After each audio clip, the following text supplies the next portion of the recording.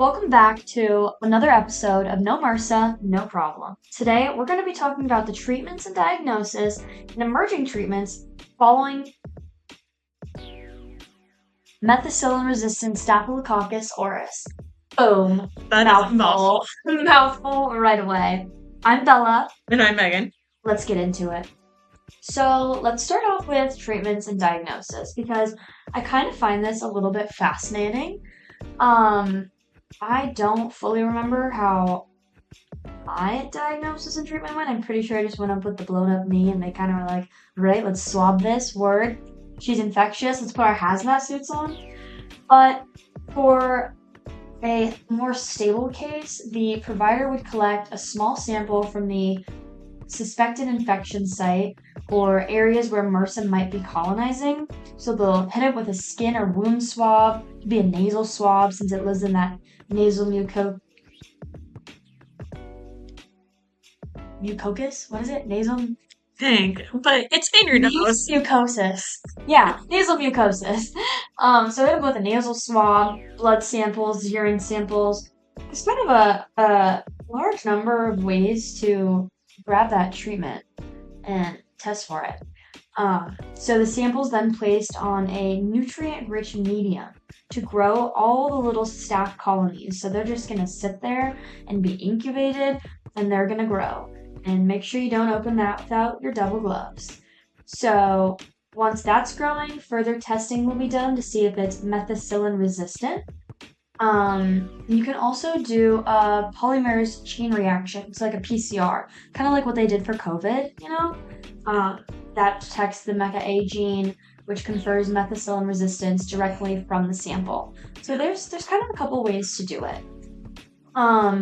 Some emerging treatments there's phage therapy, which uses viruses to specifically target MRSA bacteria, which I find super cool. And I wonder how long that's going to stay relevant before MRSA finds a backdoor to evade that process. No, but anything that prevents us from having to prescribe like 3 antibiotics at the Right? start and putting Gosh. the poor patient through all of that isn't anything better.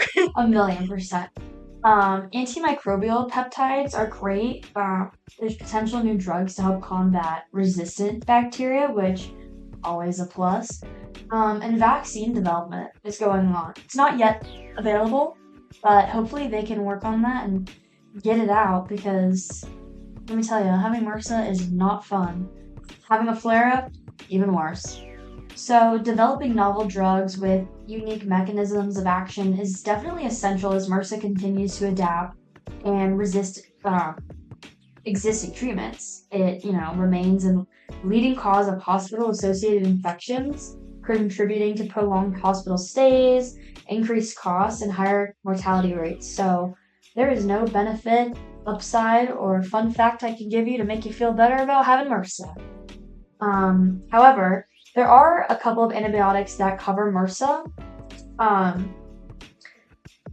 Clindamycin, I know Megan, you know of another one. Clindamycin and Bactrim, and then there was one other one that is typically in the 3 that we prescribe at the beginning, but definitely Bactrim and Clindamycin. Bactrim is also used, I don't know if you know this, but it's also what you would lather on yourself pre-op to prevent infection. It is a liquid version of that we ask you to wash yourself down with before any major surgeries to help prevent infection. And the reason why we typically use a Bactrim-based soap is because it's one of the few drugs that basically always works against MRSA currently. A fun little mnemonic. I don't know if you've heard, so I'd love to enlighten you with a little mnemonic I have. Antibiotics that cover MRSA, there's a mnemonic for it. A cleaning van filled with taro ran over the dog's back toe. So clean for clindamycin, van for vancomycin, Yes. taro for ceftaroline, dog for doxycycline, back for Bactrim, and toe for daptomycin. So if you can't remember those, you can remember a cleaning van filled with taro ran over the dog's back toe. It's so interesting that you have like the entire Myson family there and then just pest bathroom. Right? Hopefully the dog didn't get MRSA from his toe being ran over. Opened. Poor little dog. But another little fun kind of tidbit, MRSA produces biofilms, which are sticky, protective composed layers of polysaccharides, proteins, and extracellular DNA. And the way that it helps is biofilms help shield MRSA from immune cells like neutrophils and macrophages. And they also reduce the effectiveness of antibiotics, making infections chronic. It's basically just putting up a shield so your adaptive immune system can't respond Oh yeah, at all. yes. So the resistance to phagocytosis, MRSA expresses surface proteins. So protein A binds the FC region of antibodies, preventing opsonization and recognition by phagocytes, which is just a no bueno to get go. Oh my god. Clumping receptors, those help the bacteria to stick to host tissues and evade immune clearance. And the way that it helps is these proteins distribute the normal functions of antibodies, making it harder for immune cells to engulf and completely destroy the MRSA. So your body is trying and trying and trying to fight it, and it can actually send your body into toxic shock, which is crazy because your body is trying so hard to send all the good helpers to that one site, and because it's basically putting your body in overdrive, it can send you into shock, which is crazy. I didn't know that. It's just crazy. Like you can have all your macrophages there just trying to consume and they just can't. Yeah, it's a lot. Um, some more new and emerging treatments. Monoclonal antibodies. Researchers are developing antibodies that can neutralize MRSA toxins or help the immune system recognize and destroy the bacteria, which is almost like the answer to the problems that are MRSA, that come with MRSA. So hopefully that can be explored more and some extensive research can be done on that because that almost sounds like the key to the problem. Yeah. I don't know if you know, but antibodies in recent medicine have been such a savior. Yeah, And we just found out that that works with RSV really, really well. And if we can do the same for MRSA, that would be totally ideal. oh yeah, 1,000,000%. No MRSA, no problem, right? Yeah. No MRSA, no problem.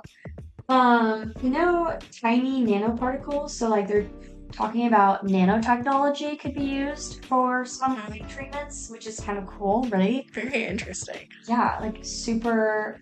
I don't even. What is that one movie where I think it's the Black Panther, where I know they what just you're sit, talking yeah, they about. just sit on the table and they've kind of like got the whole thing like they're in like a med bed kind of situation.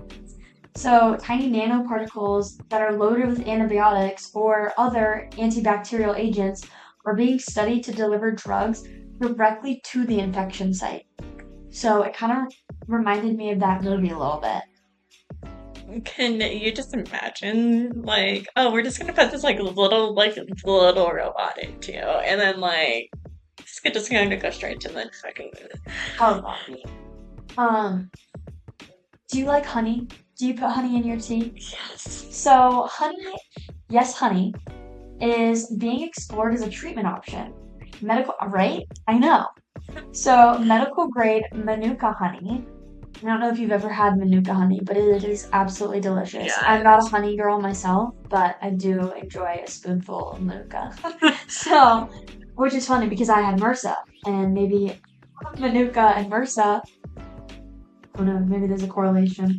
But medical grade Manuka honey has natural antibacterial properties and can help heal MRSA infected wounds by killing bacteria and promoting tissue repair, which I think is super cool because it's straight from nature. So it's almost like there's something out there in nature to combat this terrible bacteria that And nature has given us. and we've just been trying to push a bunch of antibiotics at it Yeah, and so creating this linguistic monster. groundbreaking. Yeah. But while MRSA's resistance does make it a tough adversary, the future is definitely promising. New antibiotics, innovative therapies, growing an understanding of bacterial behavior. It's definitely giving us better tools to fight back about this battle of MRSA infection. And the key is to stay using antibiotics responsibly, supporting research and alternatives, and just really taking care of your hygiene and being cautious, right? Make sure to wash your hands. Yeah. Washing your hands for sure. I feel like we say that every 2 seconds when you talk about bacteria and Maybe virus. there's some kindergartners listening to our podcast. Wash your hands. Birthday song. But although MRSA might be a superbug, with a combination of smart antibiotic use, surgical care, and groundbreaking research that we've talked about, we're definitely far from powerless. I think next time you hear about MRSA, just remember science is always one step ahead, finding new ways to treat and prevent this formidable foe. And yeah, stay positive. Yeah. Stay positive, but don't stay positive from MRSA. That's not good. Stay positive, but not positive from MRSA. Okay. Well, I think that's it. Yeah, I think we've come to a wrap. I hope you enjoyed listening, and stay in touch. Or don't stay in touch. You don't want to catch MRSA. Peace.